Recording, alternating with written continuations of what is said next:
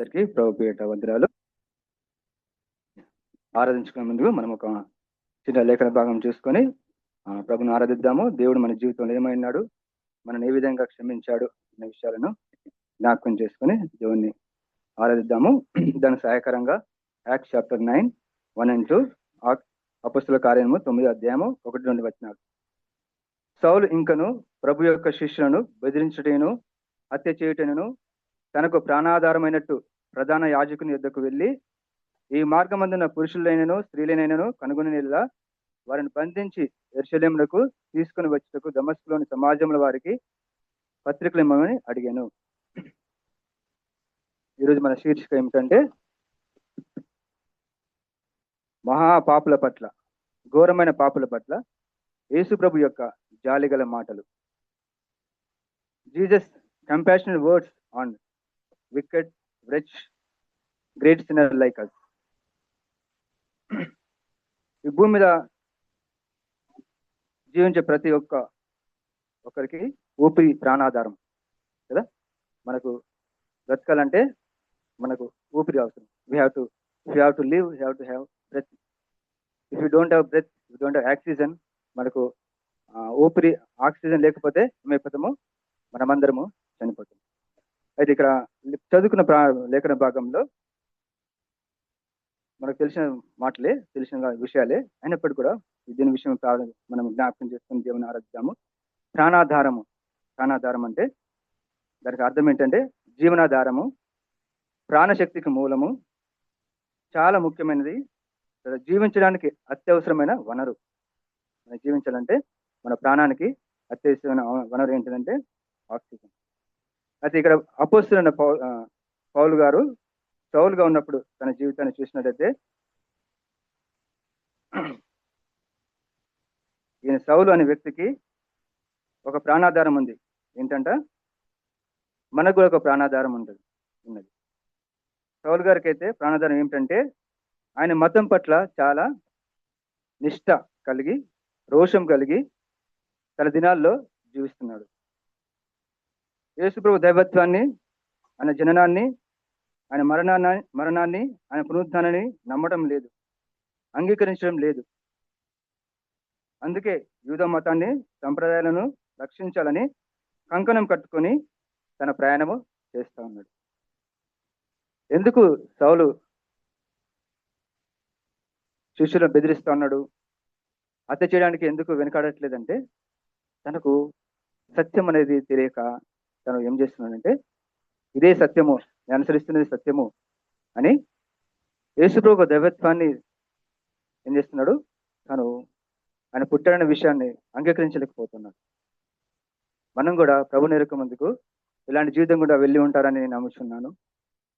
అంతేకాకుండా సౌలు గారు ఇంకా కొంచెం ముందుకు అడుగు వేసి యాక్ట్స్ చాప్టర్ 8 verse 3, అపొస్తలుల కార్యములు 8వ అధ్యాయము 3వ వచనము. సౌలైతే ఇంటింట చొచ్చి పురుషులను స్త్రీలను ఈడ్చుకొని పోయి చెరసాలలో వేయించి సంఘంను పాడు చేయుచుండెను. ఇంకా ఏమైందంటే మతం పట్ల నిష్ఠ పెరిగిపోతా ఉంది, ఇంకా రోషం పెరుగుతూ ఉన్నది. ఇంకా దొరికినట్లుగా ఏం చేస్తున్నాడు, చెరసాలలో వేయించడానికి, ఈడ్చుకొని పోవడానికి కూడా, సంఘాన్ని పాడు చేయడానికి కూడా అలాంటి పనులు చేస్తున్నాడు.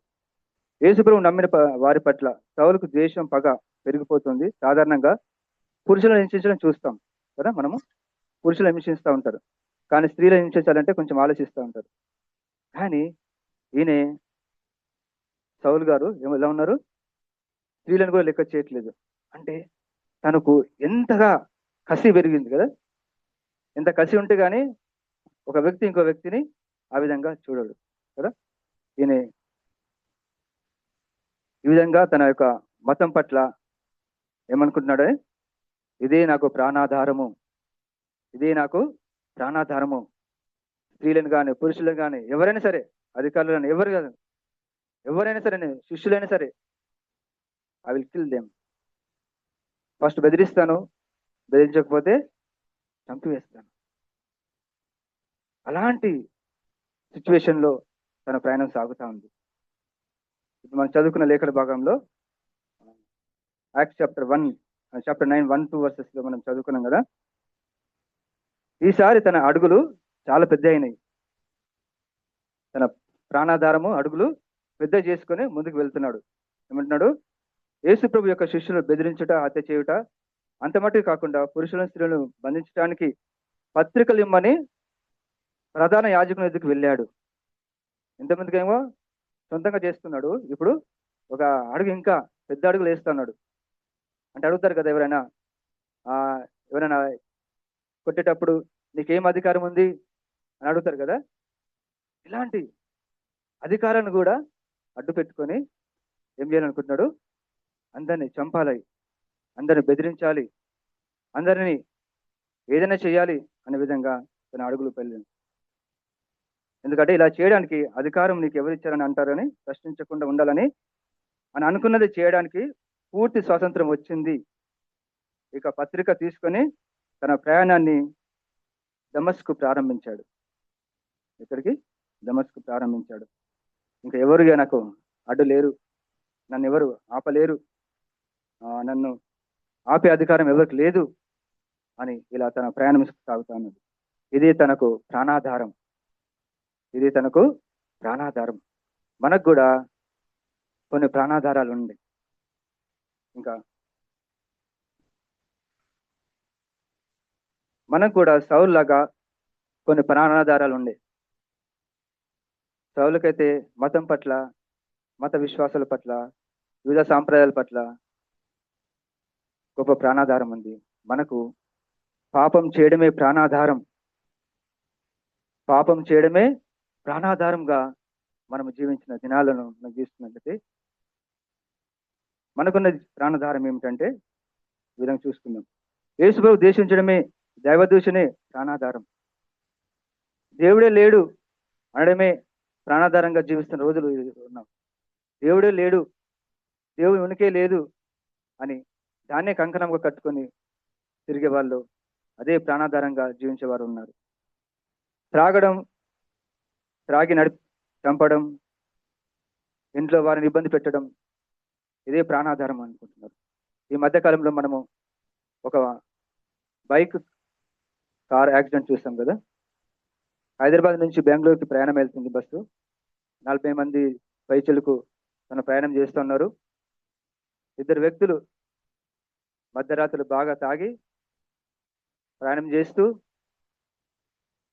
కింద పడి బైస్కిడ్ అయి పడిపోయి ఆ బస్సు అబ్బాయి ఎక్కడ చనిపోయాడు. ఆ బస్సు చూసుకోకుండా ఆ బైక్ మీద వెళ్ళడం, మంటలు చెలరేగడం, 20 మంది పైగా పైచులకు చనిపోవడం. ఇదే త్రాగడం వల్ల ఇన్ని నష్టాలు. ఇదే నాకు ప్రాణాధారము. నేను సావడం కాదు, ఇంక 10 మంది చంపుకొని తీసుకొని పోతా. నేను ఇబ్బంది పడడం కాదు, ఇంకా 10 మందిని ఇబ్బంది పెడతా.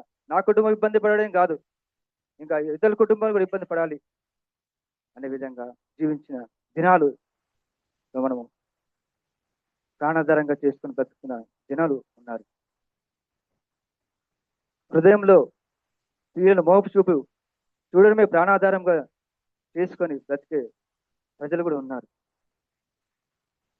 సినిమాలు చూడడమే నాకు అదే ప్రాణాధారం, ఇంకా ప్రపంచంలో ఎవరు అవసరం లేదు అని బ్రతికే జనాలు ఉన్నారు. సౌలులాగా ఇతరులను కొట్టడం, హింసించడం, బాధ పెట్టడం, ఇదే నాకు ప్రాణాధారం అనే విధంగా జనులు ఉన్నారు. వీరందరి గురించి మనము చదివినట్లయితే, వీళ్ళందరి గురించి ఆలోచించినట్లయితే, వీళ్ళందరికీ దేనికి అర్హులు? శిక్షకు అర్హులు కదా. వీళ్ళందరూ శిక్షకు అర్హులు. నువ్వు, నేను, మనము ఇక్కడ ఉన్న మనందరము దేవుని ఉగ్రతకు, దేవుని శిక్షకు అర్హులం. నా మట్టుకైతే సౌలుల జీవితం లాగా నా మతం పట్ల నాకు కూడా చాలా నిష్ఠ, రోషం. నా మట్టుకు, మీ మట్టుకు నాకు తెలియదు. నా మట్టుకైతే సౌలులాగా మతం పట్ల నిష్ఠ, రోషం, ద్వేషం. నేను పూజిస్తున్నాను భారతదేశ దేవుని దేవతలను ఎవరైనా కాదు అంటే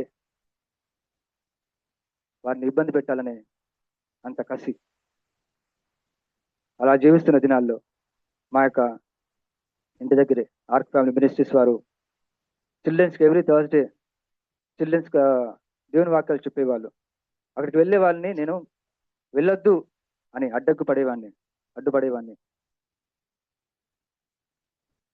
వెళ్ళొద్దు అని అడ్డుపడేవాడిని. అంత మట్టుకు కాకుండా అక్కడ వెళ్ళే పిల్లల్ని ఆపేవాడిని. తర్వాత మా చిన్న కొడుకు, ఆయన మొదటిగా మా మా మా యొక్క కుటుంబాల్లో రక్షింపబడ్డాడు. ఆయనను విదేశీ మతాన్ని నమ్ముకున్న దేవుడివి, మన దగ్గర ఇంతమంది దేవుళ్ళు దేవతలు ఉన్నారు, సరిపోలేదా? ఆయనే నీకు కావాలా? ఆయనే నీకు కావాలా అని ద్వేషించేవాడిని. మా నాన్నగారు ఎవరో బైబిల్ తీసుకొచ్చి ఇంటికి తీసుకొచ్చిన బైబిల్ తెరవనివ్వలేదు. అదే నా ప్రాణాధారం అనుకుని జీవించిన దినాలు, అదే నా ప్రాణాధారం అని జీవించుకున్న దినాలు. ఇలాంటి వ్యక్తులు మనం కనబడితే మనం ఏం చేస్తాము? మనమైతే అవకాశం వచ్చిందంటే శిక్షించడానికి ప్రయత్నం చేస్తూ ఉంటాం కదా, లేదంటే అసహించుకుంటాం.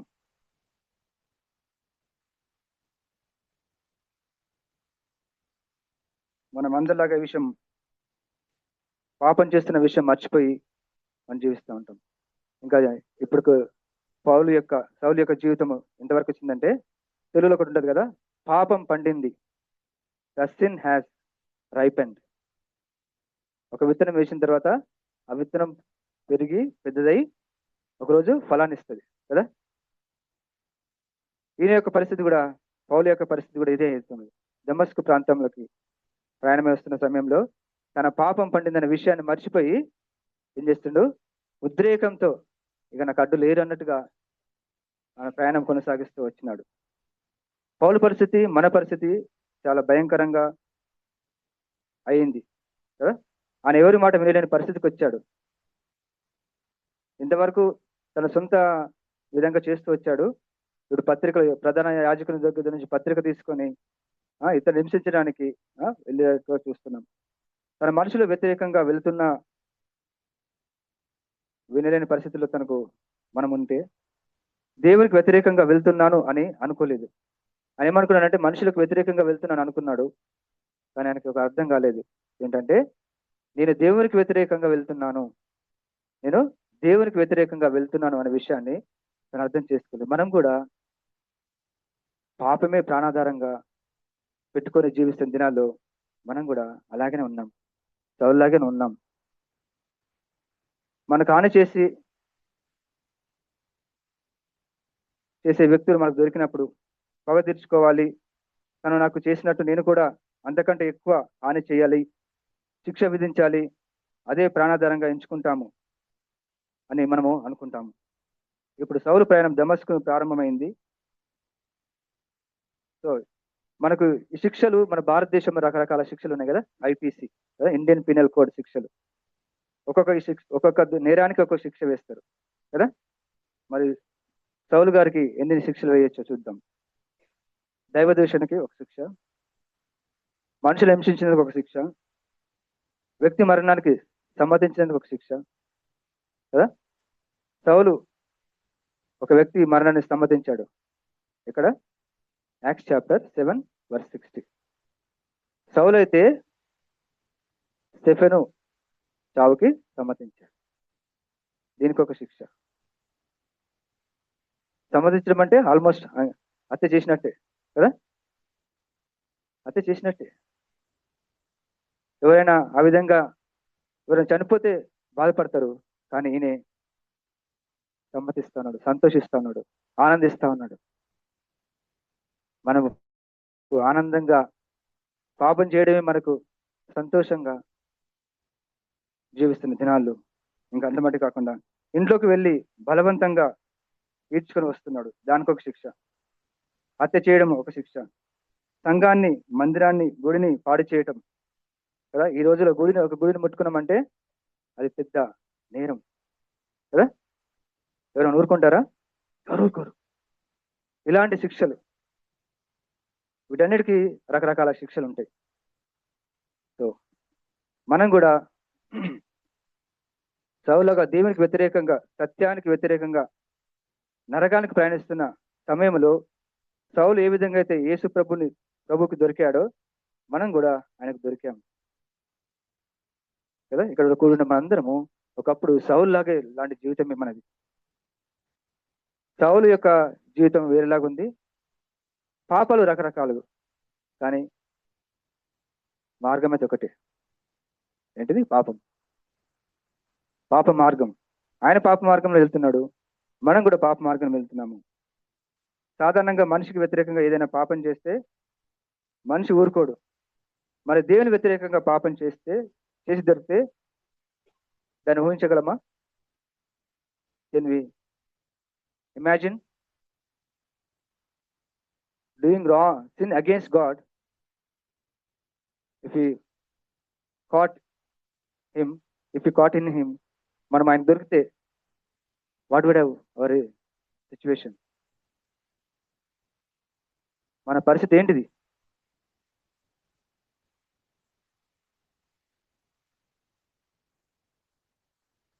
అయితే దేవుడు ఒక చక్కని ప్రతిస్పందన ఇచ్చాడు. Acts chapter 9 verse 3 and 4. అపొస్తలుల కార్యము 9వ అధ్యాయము 3-4 వచనాలు చదువుతాను. సౌలు యేసుప్రభు దమస్కు మార్గంలో దొరికినప్పుడు యేసుప్రభు యొక్క స్పందన చదువుతారు ఎవరైనా? యాక్ట్స్ చాప్టర్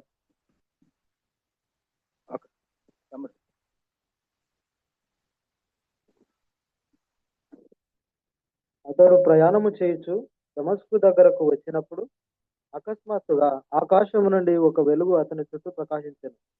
అప్పుడు అతడు నేల మీద పడి, సౌలా సౌలా, నీవేళ నన్ను హింసించుస్తున్నావని తనతో ఒక స్వరము పలుకుట వినాను. ప్రభువా, దేవుని యొక్క ప్రతిస్పందన ఎలా ఉంది? ఆయనే సౌలా సౌలా, నువ్వేళ నన్ను హింసించున్నావు అని అన్నాడు. కానీ ఒరే సౌలా, ఒరే రాజు అని ఈ విధంగా ప్రతిస్పందించలేదు మన ప్రభు. ఎంత ఆయన మాటలు! ఒకవేళ ఆయన అరుపు కనుక గట్టిగా అరిచుంటే కనుక ఆ సందర్భంలో ఏమై ఉండేవాడు సౌలు? ఆ సౌండ్కి, ఆ యొక్క వెలుగుకి అక్కడే మరణించి ఉండేవాడు. దేవుడు కూడా మనల్ని ఆ విధంగా కాకుండా, రాజు రాజు మీ సౌలు ప్లేస్ మీ పేర్లు పెట్టుకోండి. మిమ్మల్ని కూడా అదేవిధంగా సౌలుని ఏ విధంగా అయితే ప్రేమగల మాటలతో, దయగల మాటలతో తనతో మాట్లాడాడు, మనతో కూడా దేవుడు తన వాక్కు ద్వారా మనతో మాట్లాడి మనల్ని కూడా ఏం చేశాడు? రక్షించుకున్నాడు. గట్టిగా అరవలేదు. గట్టిగా అరిచుంటే ప్రాణం పోయేది, గట్టిగా మాట్లాడుంటే ప్రాణం పోయేది. సో మన దేవుడు ఎలాంటి దేవుడు అంటే, గాడ్ ఎలాంటి దేవుడు? అరిచే దేవుడు కాదు,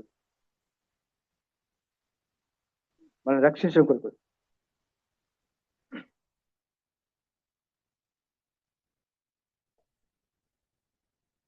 సౌలు దేవుడు వాడిన స్వరాన్ని విని తను ప్రభుని అంగీకరించాడు. ఒకవేళ మన జీవితంలో దేవుడు మన బిడ్డ, మరి మనము ఎలాంటి వారము? ఈ దినమున ఇక్కడికి వచ్చిన వారం యేసు ప్రభు ఎరగక ముందుకు మనము దేవునికి వ్యతిరేకంగా చేసిన పాపను బట్టి శిక్షింపక, నాశనం చేయక, తన జాలిగల మాటలతో మనతో మాట్లాడి మనం రక్షించినాడు కదా. ఒకవేళ ఆయన వీళ్ళు ఏమైనా కానీ అని మన పట్ల ఆ విధంగా ప్రతిస్పందించకపోయి ఉంటే మనమందరము నరకానికి పాత్రలుగా అయ్యేవాళ్ళం. సౌలుని పౌలుగా మారే స్థితిని చూసేవాళ్ళం కాదు. మన నిత్యం జీవించాలంటే మనకు ప్రాణాధారము మన దేవుడే. కాబట్టి మన ఏదైనా జాలిగల మాటలు పలికిన దేవాది దేవుణ్ణి మన మీద దినమున, దేవా నీకు వ్యతిరేకంగా ఎన్ని పాపాలు చేసినా నీకు వ్యతిరేకంగా ఎంత పాప జీవితం జీవించినా నువ్వు నన్ను ప్రేమగల మాటలతో సంధించావు, ప్రేమగల మాటలతో నన్ను హత్తుకున్నావు, ప్రేమగల మాటలతో నన్ను ఆదరించావు. మీరు కనుక నన్ను ఆ విధంగా చేర్చుకోకపోయింటే, ఆ విధంగా మీరు నాతో మాట్లాడకపోయింటే, నా నా బ్రతుకు, నా అడుగు, నా జీవితము నిత్య నరకంలో ఉండేది. కాబట్టి ఈ ప్రేమగల దేవుని మనం ఈ దినమున ఆ ప్రేమగల మాటలతో మనం సంధించిన ఆ దేవుణ్ణి మనం హృదయమారా మనం ఆరాధిద్దాము. ఆ నీతో నాతో మనతో ప్రతిస్పందించిన, నేను ఎక్కడికైతే చిన్నపిల్లలు దైవవాక్యాన్ని వినడానికి వెళ్తుండేదో ఆ స్థలానికే దేవుడు నన్ను తీసుకెళ్ళాడు. ఆ స్థలంలో నన్ను దేవుడు రక్షించుకున్నాడు. ఆ స్థలంలోనే దేవుడు నన్ను రక్షించుకున్నాడు. సౌలు దమస్కుకి వెళ్ళి హింసిద్దాం అనుకున్నాడు, కానీ రక్షింపబడ్డాడు. నువ్వు పాపం చేసి నరకానికి పోదాం అనుకున్నావు, కానీ ఆ పాపంలో నిన్ను పట్టుకుని దేవుడు నిన్ను నిత్య జీవానికి వారసునిగా చేశాడు. ఇంత గొప్ప దేవుని కలిగిన మనము ఇది మన ప్రభు హృదయమారా ఆరాధిద్దాము. అందరం వ్యక్తిగతంగా ప్రభుని ఆరాధిద్దాము. ప్రభు మీతో సంధించిన ఆ దినాన్ని జ్ఞాపకం చేసుకుని, దేవుడు ఏ విధంగా మేము రక్షించాడు, నరకానికి పాత్రమైన మనల్ని ఏ విధంగా రక్షించాడు జ్ఞాపకం చేసుకుని దేవుని స్మరణ చేసుకుని అని ఆరాధిద్దాం.